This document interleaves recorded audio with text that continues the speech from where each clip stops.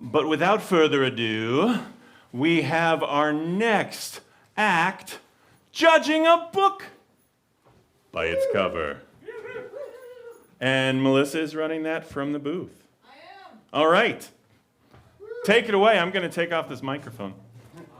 Hey, I'm also helping to run the show. Hello, everyone. And welcome to Judging a Book by Its Cover. My name is Duck Washington. I will be kind of your MC through this madness. But basically, the idea is, am I going to the other microphone? That one's for you. Oh, exciting.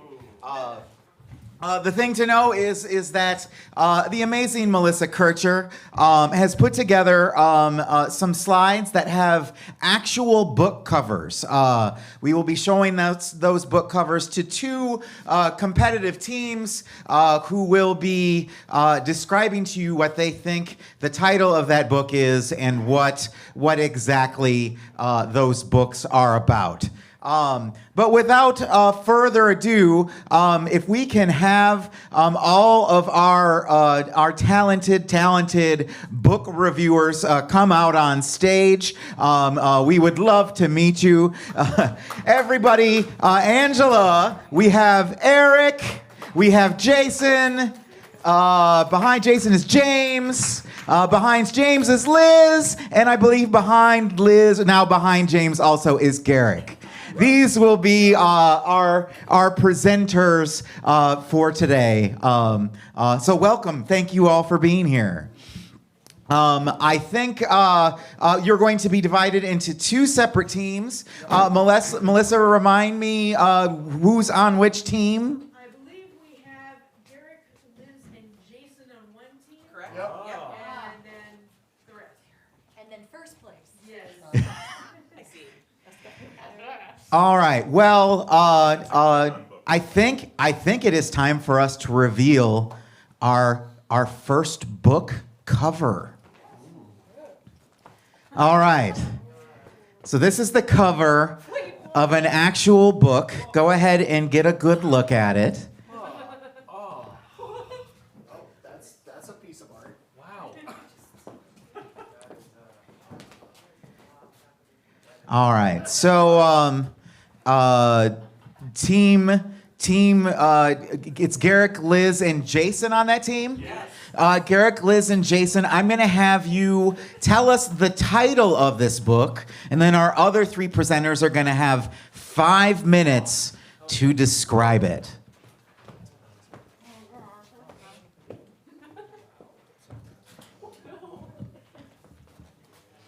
What the hell? I know.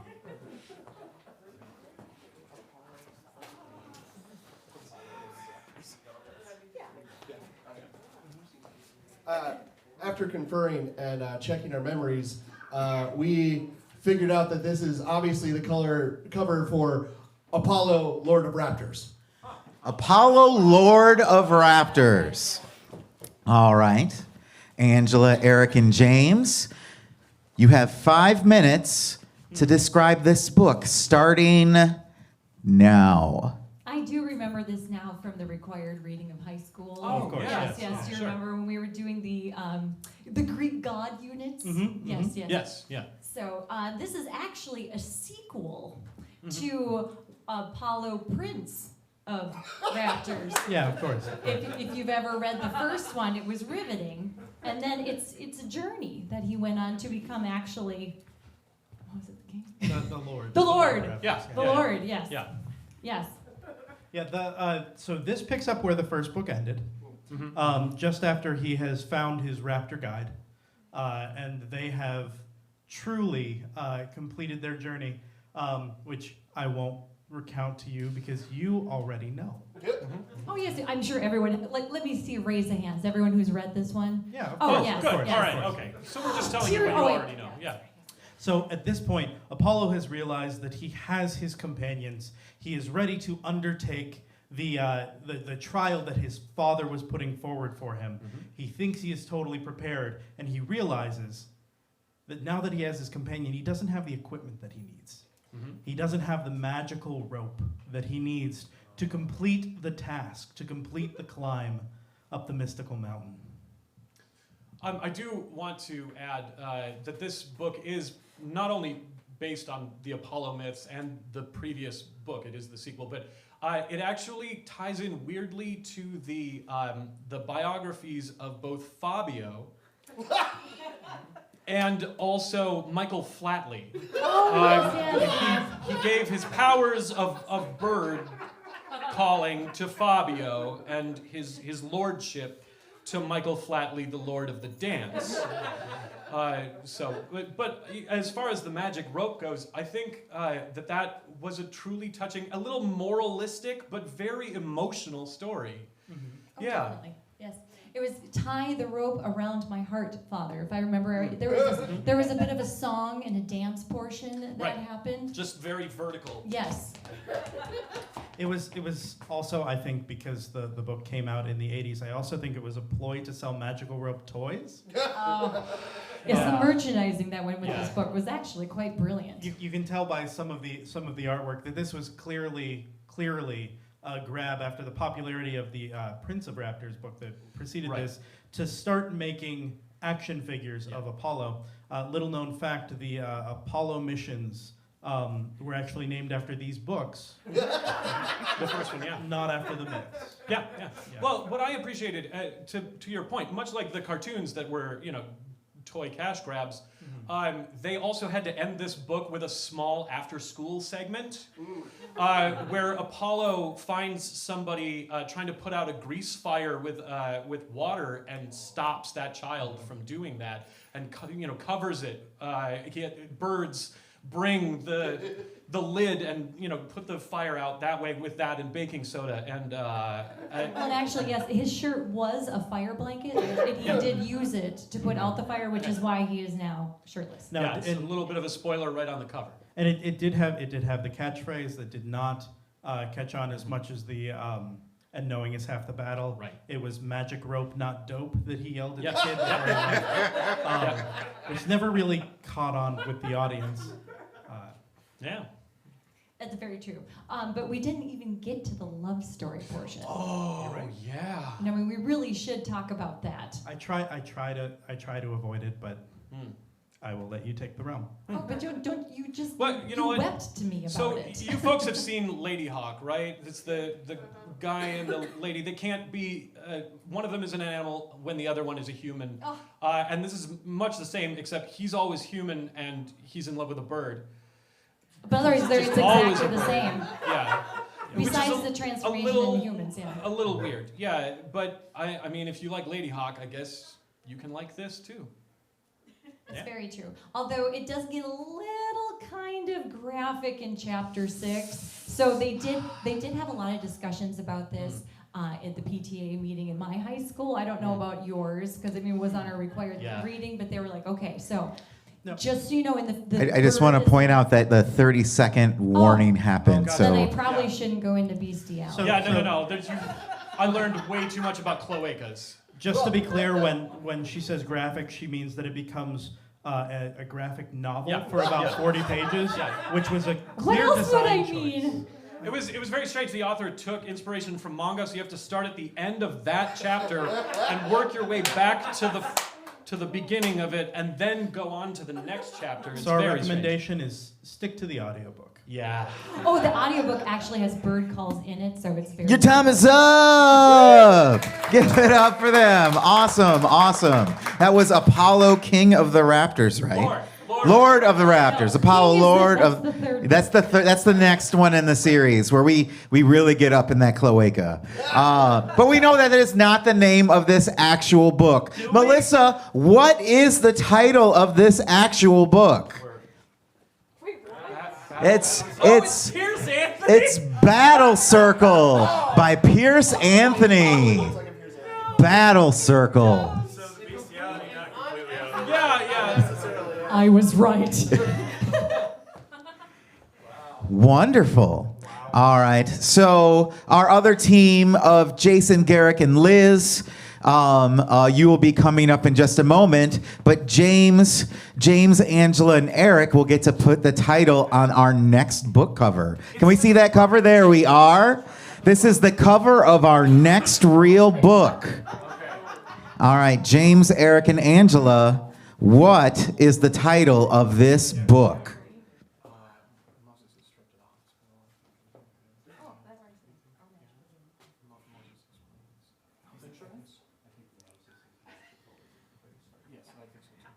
I wonder if I should be vamping. I want your blood. I don't know.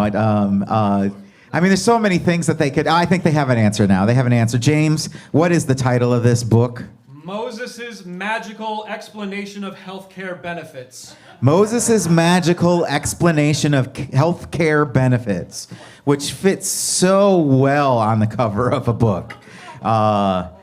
Team 2, please So- describe it, starting now. So this is actually a bit of a spoiler later in the book, but this is actually Moses' magical invisible ambulance, which is very similar to Wonder Woman's invisible jet, but it's an ambulance that also flies. And one thing we should mention: this book is European, so it actually does have universal health care there, Yeah. which is nice. Yep. And I think you'll notice the spiritual themes already even coming out from the very beginning of the cover. You know, you see the levitation happening, and we were already really getting a feel for Moses' mystical powers. Yes, absolutely. And right there, actually, on the invisible ambulance is Lazarus. Now, it doesn't hold completely true to scripture, but because it was, a healthcare parable, they decided to bring Lazarus in, and like you can kind of figure out what the spoiler is that I'm not going to give you. He ends up okay. And one thing that we should mention: there is also a couple chapters dealing with Greg, who you can see down here at the bottom. All about Greg. Yeah, Greg. Greg and Moses, they went to school together. Yes. Well, and you can see that Greg reaching out, in the distance, feels like he was just always a shadow to Moses. And as we think about that in the parable of our healthcare system, it's really, Moses, in the upper class is able to afford whatever he can afford. Yeah. Of course, Europe, so And, free, but and it's interesting that you bring that up because I also felt like in the book, Greg was constantly trying to warn Moses against danger or against moving too fast. And as you can see, Moses never listens. And Greg's like, wait, stop. And like Greg saying, wait, stop. Like it appears in the book 32 times. I actually counted. It was really obnoxious. 32. Yeah. Wow. Jeez. Yeah. That's really a lot. Like 10 of them are in the first chapter. That's right. So we talk about Greg, and Greg has his whole line of sequel books just focused on Greg and his adventures in biblical times. Right. But we need to talk about this book. Yes. This book is really important for the couple people up top who were in the prequel book to this. Oh, I forgot about the prequel. Yeah, it's the founding fathers Oh, yes. of universal healthcare. So Bernie Sanders, one of them, yep. Yeah. Who else do we have there? Was it Elizabeth Warren? Yeah, I think that's one of them. It's kind of hard to tell because they like changed the faces a little bit so they wouldn't have to pay for like Yeah. Royalties. Well, yeah, because one of them's Tupac. Right. Likeness, image, sort of. And in this book, Tupac fakes his death at least twice. Well, and of course it didn't matter because Yeah, it they could didn't just matter. revive him. I mean, Right.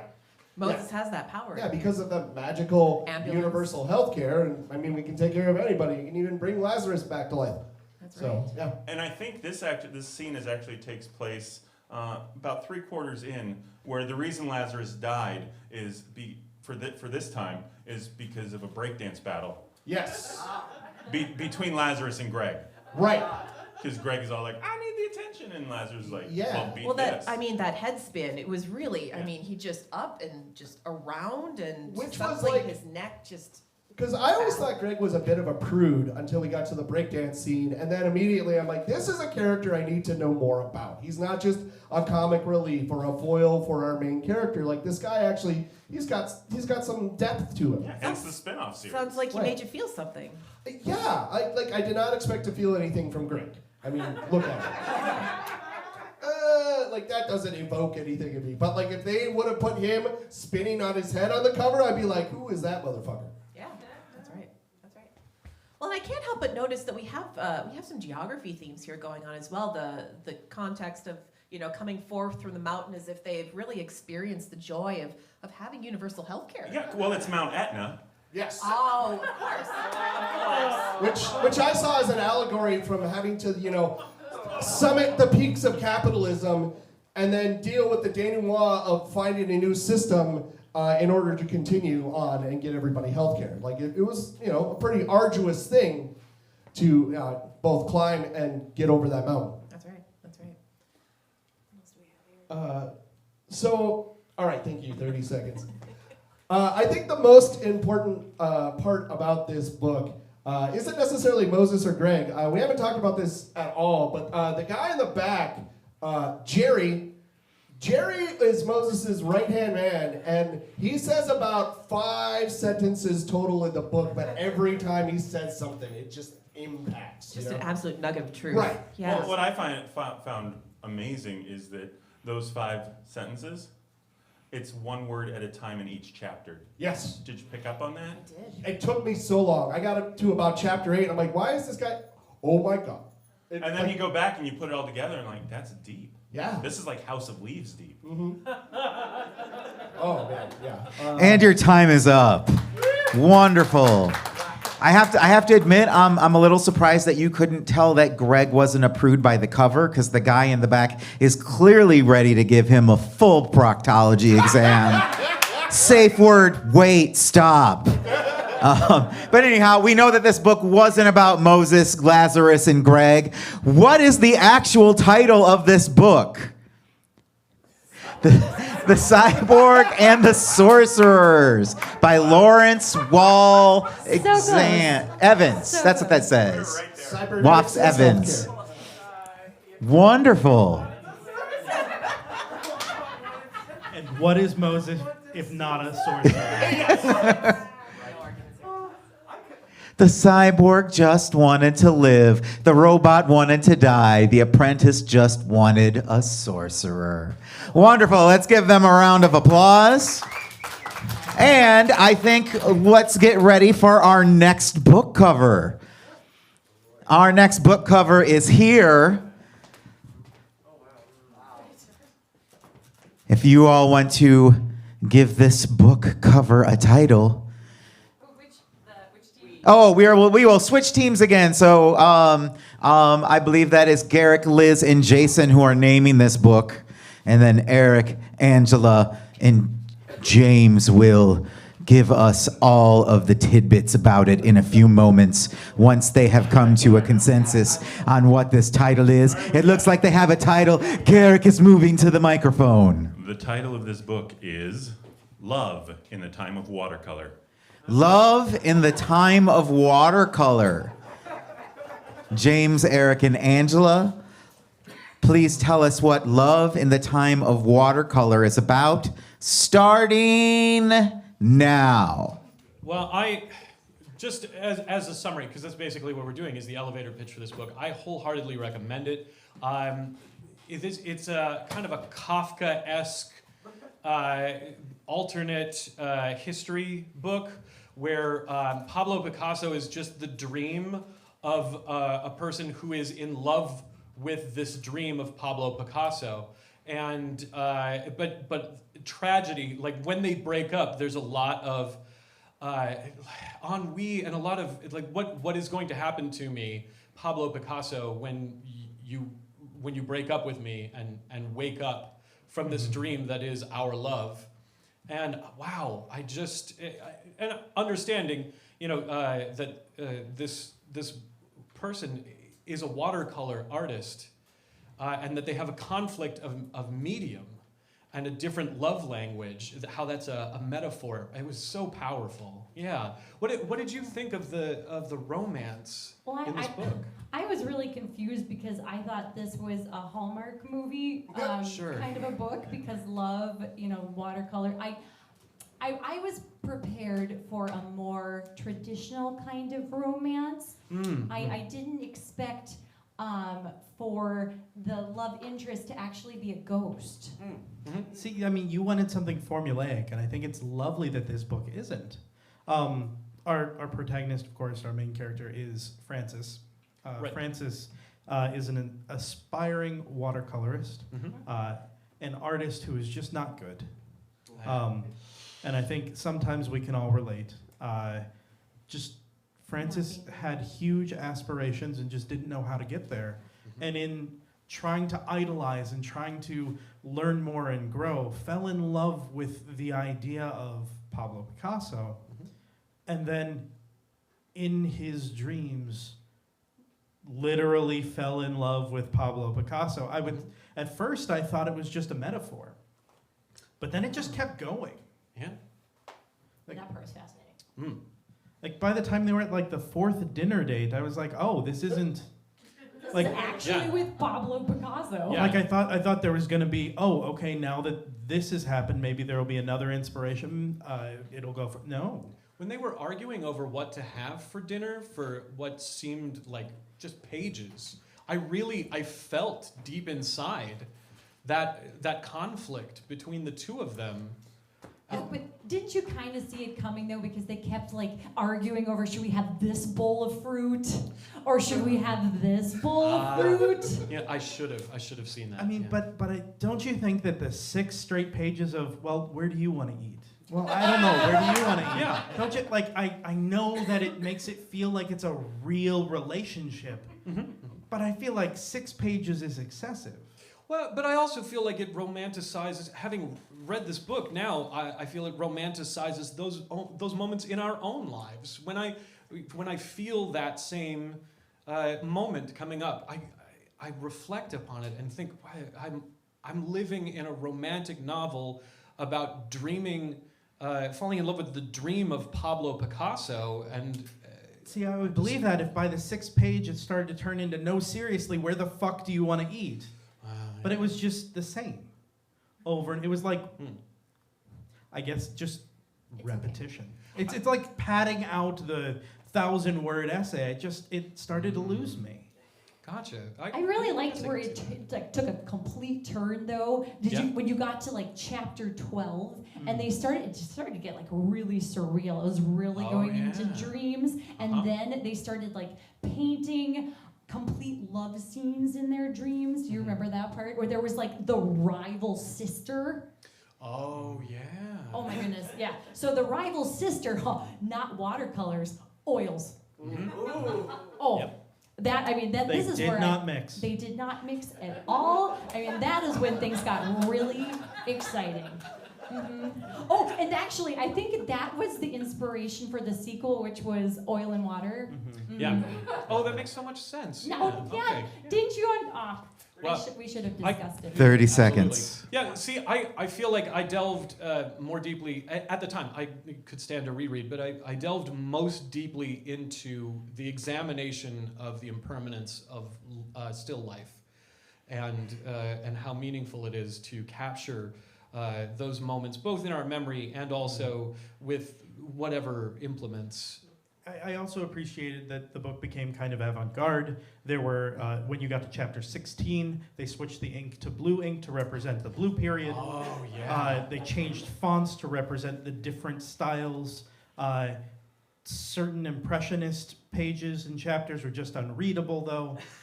So I would say, try this, but keep an open mind. And then Time is up, everyone. Time is up. I had a funny thing. All right. I have to say that if it takes you 6 book pages to figure out where to go to dinner, you're doing a lot better than we're doing in my house. All right. So of course, Love in the Time of Watercolor is not the title of this book. What is the title of this book, Melissa? Darkness at Noon by Arthur Kostler. Well, and that's why he could sleep, because it was dark at noon. Although, just don't get the audiobook because the pictures didn't translate. Very true. Let's give a round of applause to that group. Before you go running away, we need you to name our next novel. Melissa, can you please give us the cover for the next book? Here we are. What could this book be called? Angela, Eric, and James are going to talk it over, and then Liz, Jason, and Garrick will tell us all about it. What could it be? Eric's got an answer. I fell in love with a chapel tattoo. I fell in love with a chapel tattoo. So first of all, a lot of people don't know this bit of trivia, but this was actually the book that inspired the girl with the dragon tattoo. Yes. Like the whole magical tattoo theme was something that was used in that other novel series, but they got the idea from here. Yeah, in fact, it was really a post-war II, metaphor for Yes. that sacredness of the body and the whole, and really focusing on the start of the women's liberation movement. Yeah, but the twist that I found a little trite was that it was also based on Ray Bradbury's The Illustrated Man, and the tattoos came to life, which was extremely odd when you think it was a chapel that came to life. Well, another interesting tidbit of trivia is actually that chapel tattoo.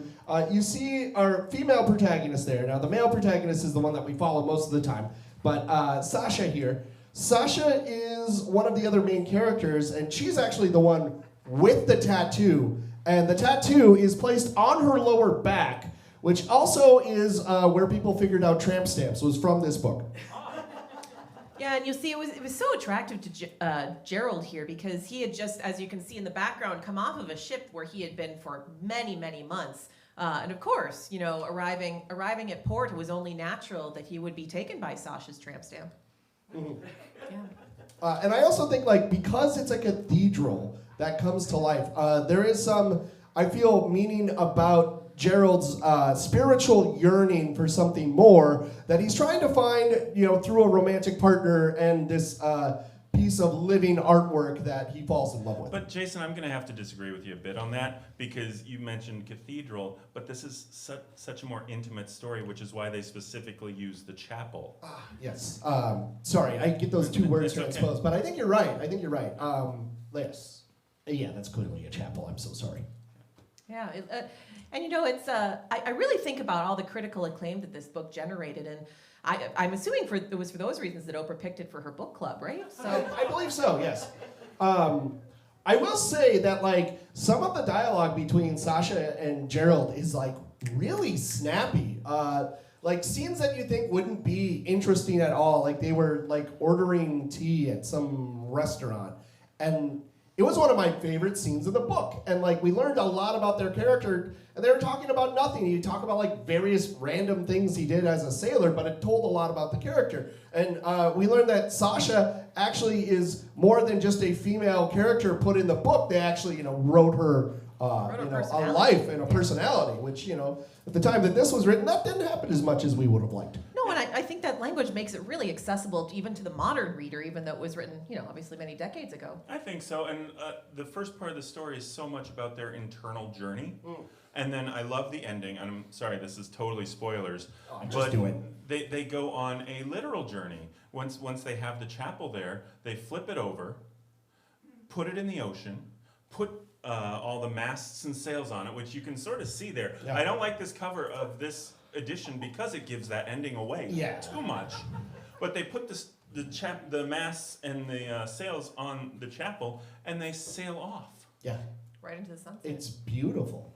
And the stained glass was just glistening Right. in the sunset, just straight through it, and it was just the most brilliant imagery. Now, I've heard opinions about that ending that I don't agree with, and I've heard the opinions saying, well, obviously they're riding the chapel into the sea, and there's stained glass, and everything's beautiful, that, they died together, and I just don't think that's true. And maybe that's me wanting a happy ending in my books, but I just don't agree with that stance that some people take. Well, yeah, and a lot of people hate that that one sentence, which I think is just mistranslated. Sure.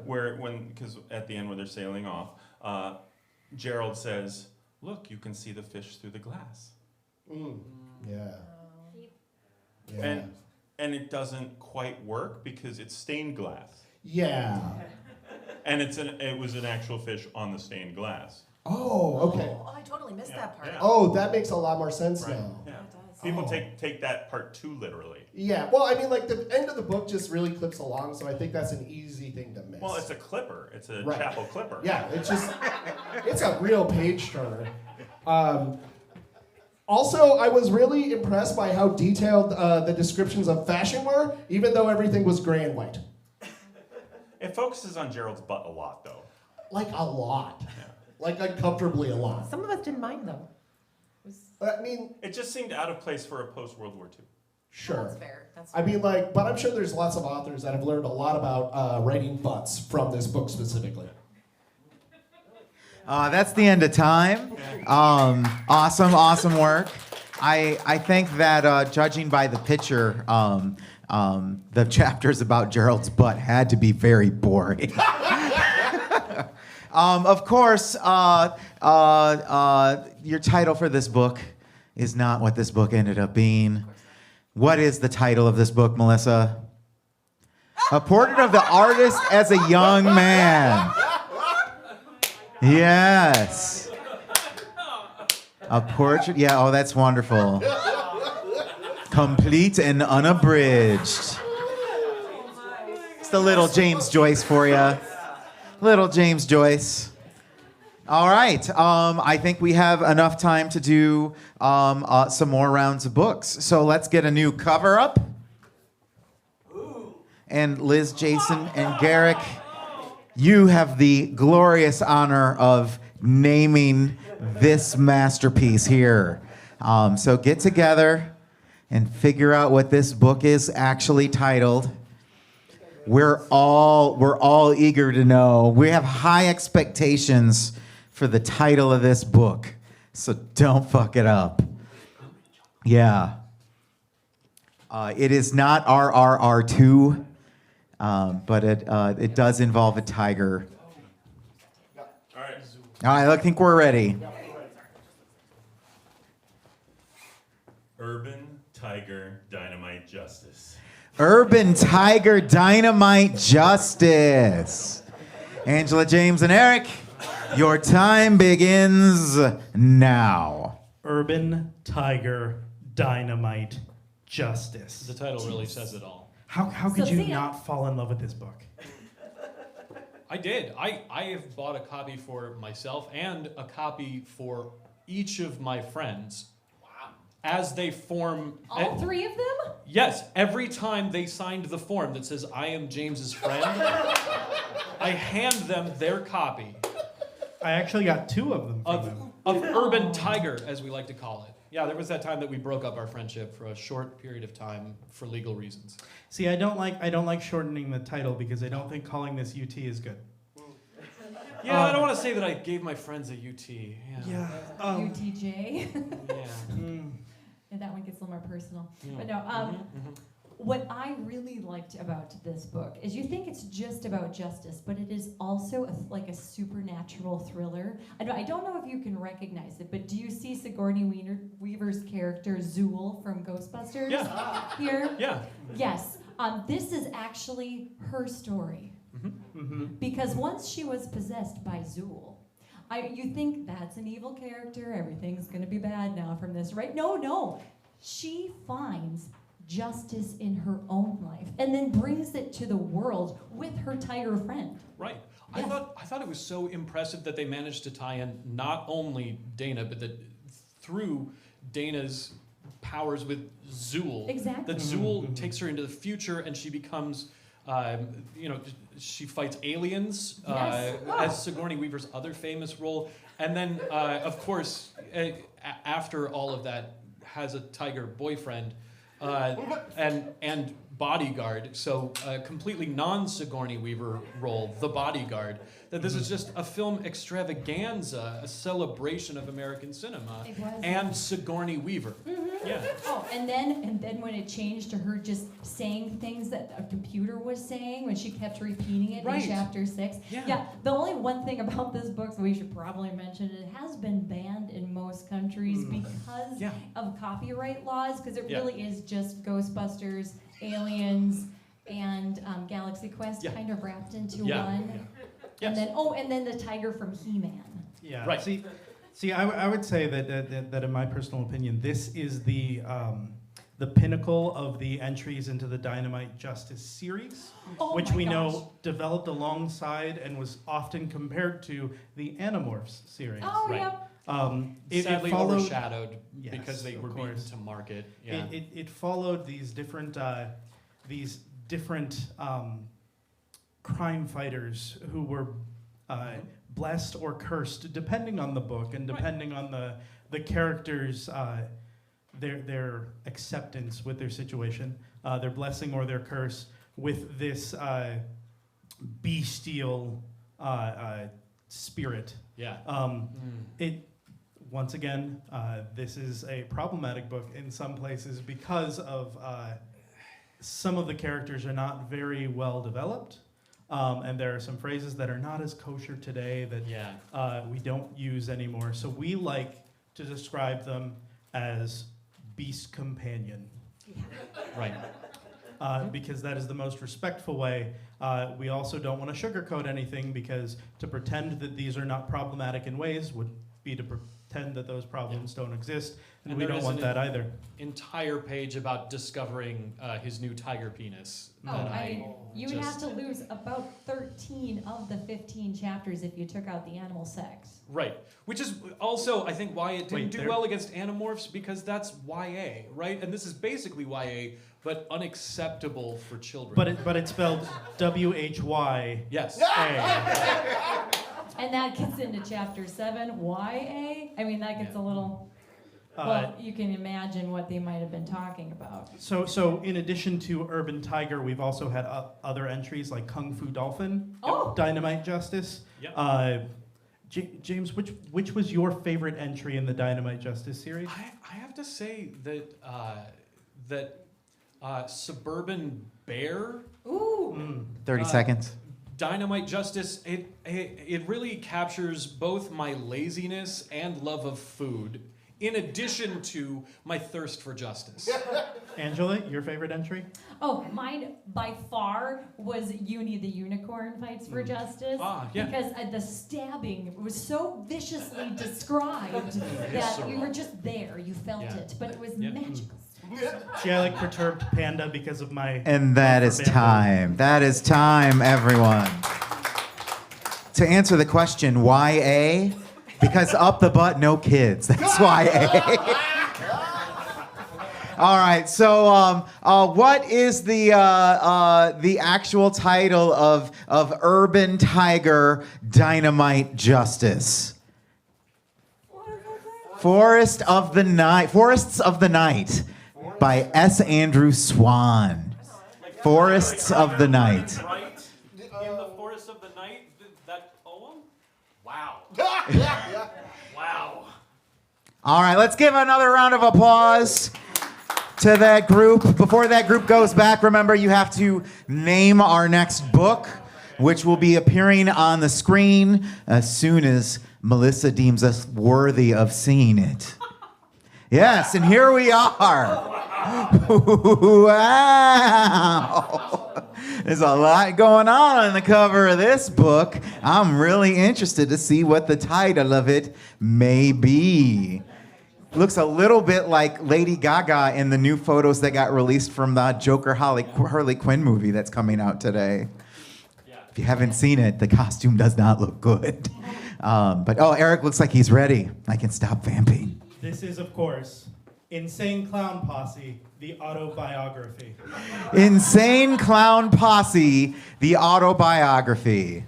Insane Clown Posse from my home state of Michigan. Let's hear what it's about, starting Well, now. the thing I appreciated the most about this, I think, is the format, where it's more like a choose your own adventure. Oh, absolutely. Yeah, you start with the band's very humble beginnings, but you don't necessarily follow them on their meteoric rise to fame. Right. Actually, some of the Insane Clown Posse members that ended up not being in the version of the band that we know, actually, if you follow their stories, they are the ones that just end up having like boring desk jobs and things like that, while these real juggalos are down to clown. And that's what's...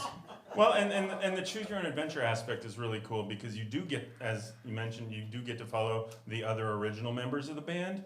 And surprisingly, you find out that one of them was Vanilla Ice. Yeah. Blew my mind. Right? Yeah, I couldn't believe it. And then MC Hammer was also a member very briefly. Yes. And they originally had one of the paths I took.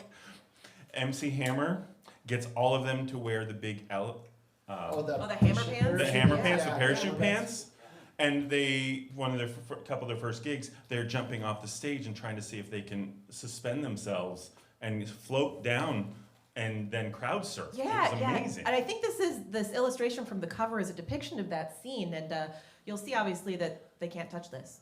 So what I took from this illustration of the cover was that this was actually like an artist rendition, like an impressionistic first gathering of the Juggalos. Because at the very bottom you can see all of the enthusiastic Juggalos, and then almost like a fiery spirit, you see Violent J just rising up there, almost like a rocket, which is why they put that in there. Well, and I love the fact that this cover does bring that orangeness to it, and the crowd is symbolically spraying Faygo Yes. everywhere. Yeah, I actually got to watch a documentary about the production of this novel, and there were Faygo bottles in the original artwork. They had to cut them for legal reasons. Faygo didn't want to be associated. And you can sort of see it in his left arm still. Yes. Yeah, and his left Oh, yeah, I arm, do that's see all blurry and made to look like the mist because that was just like a big old bottle of Faygo. I do see that, yeah. Yeah. And I can't help but wonder about the rocket in the background and the real symbolism behind that. Oh, Well- did you not get that path? Oh. the No, I path, didn't- I didn't the see that. rocket path. Yeah, the rocket pass. So They much. go to Mars, Mhm. and they find David Bowie, Yeah, Shit, man, I missed and out they on that one. introduce Faygo to him. yeah.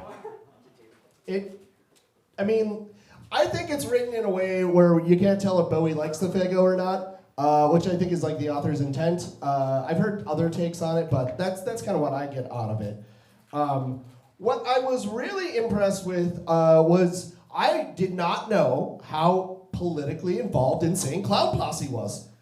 There are multiple bills that got signed into law based mostly on them advocating for some change. Well, I think the most important change was the wearing of the Juggalo makeup. Yes. Of course, there's a lot of controversy surrounding what we can and can't wear these days, and especially in more conservative states. Yeah, because of the gangs, they are touted as being a gang, so they aren't allowed to gather, which is why in a number of the chapters they have the gathering Right. and the gathering of the Juggalos. It was their nonviolent resistance. It's nonviolent resistance. Right. It's a real statement on the right to gather and the Constitution, really. Did either of you find the path where they tried not wearing makeup? And it didn't work. Oh, it hilariously didn't work. It's the funniest part of the book, in my opinion. What did they do instead? So they just still did all clown themed things, Okay. wore basically the same clothes, and then just like their normal ass faces. Did they still call themselves the Insane Clown Posse? They did actually. Interesting. Yeah, because they kept the squeaky. Oh yeah, nose. they had the red Oh. noses. That was the Squeaky one nose. thing. They Yes. kept that. And they had an instrumental album of just squeaky clown noses. Right. Yes. Amazing. Yeah.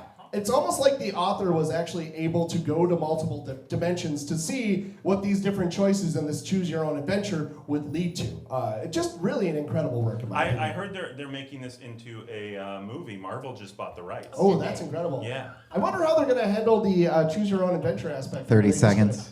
Choose the best path. I mean, I imagine they might have a multiple ending sort of scenario, wouldn't you think? Well, there's certainly going to be credit scenes. I know that. But I just was really surprised by how much I liked this book and how much it made me really appreciate the Insane Clown Posse more. Yeah, I got a new tattoo of them. Oh, did you? Oh, time. No, it's not. Now it is. Oh, you all made me want Faygo so bad. From being from Michigan, I grew up on Rockin' Rye soda and Moon Mist, and I'm pretty sure Faygo's the reason I have type 2 diabetes now. But anyhow, what is the actual title of our Insane Clown Posse book, Melissa? Michael Moorcock's The Fire Clown. Not so far. He was a mysterious cosmic presence who came out of nowhere with the incredible promise to free the dying planet. It's the same book. Wow. Michael Moorcock's pretty cool, though. I've read some books that he's written before. Not this one, though. Not this one at all. All right. We're running. We've got time to do 2 more, yeah? We don't have. Okay. Great. So that means that we're at our time. As the screen says, thank you so much for being here. We really, really appreciate you supporting Fearless Comedy and all that we strive to do. Let's give a round of applause to Jason, Liz, Angela, Eric, Garrick, James, and of course, the amazing, spectacular, fantastic, bodacious Melissa Kircher. I'm Duck Washington, and enjoy the rest of your evening.